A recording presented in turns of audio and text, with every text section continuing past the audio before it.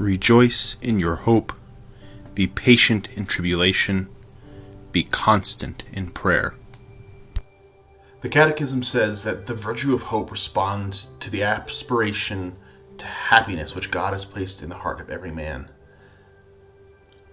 I think we can all admit that none of us doesn't want happiness. We want to have joy. And this year, more than any other year maybe, it's been difficult to find that happiness. We can't just go do whatever we feel like doing on any given day. One thing after another seems to go wrong. I mean, today's Friday the 13th in the year 2020, and everyone's like, oh, what's going to happen today? Even my own life, having a newborn in this past 4 months, has been a great joy. I love my son so much, and it's been a joy to continue to watch him grow and to watch my daughter become a big sister.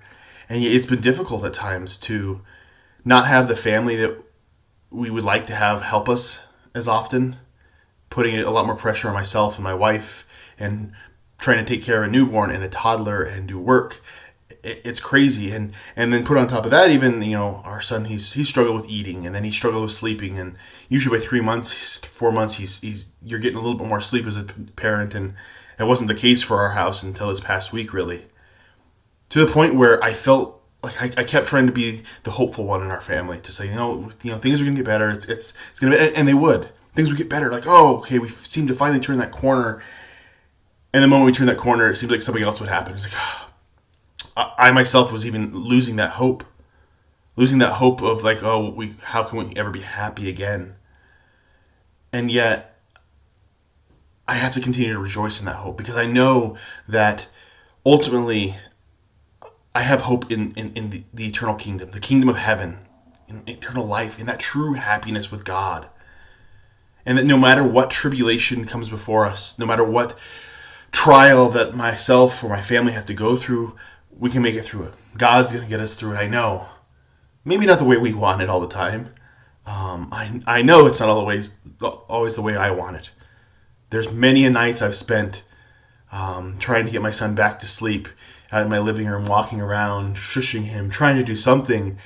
And I just be praying quietly, because I'm trying to get a baby to sleep, in my mind to God, and it starts out calm, and then I'm just getting frustrated. I'm like, God, why aren't you listening? It feels like you completely abandoned us. You're not here for us right now. Why won't you listen? I'm so angry with you.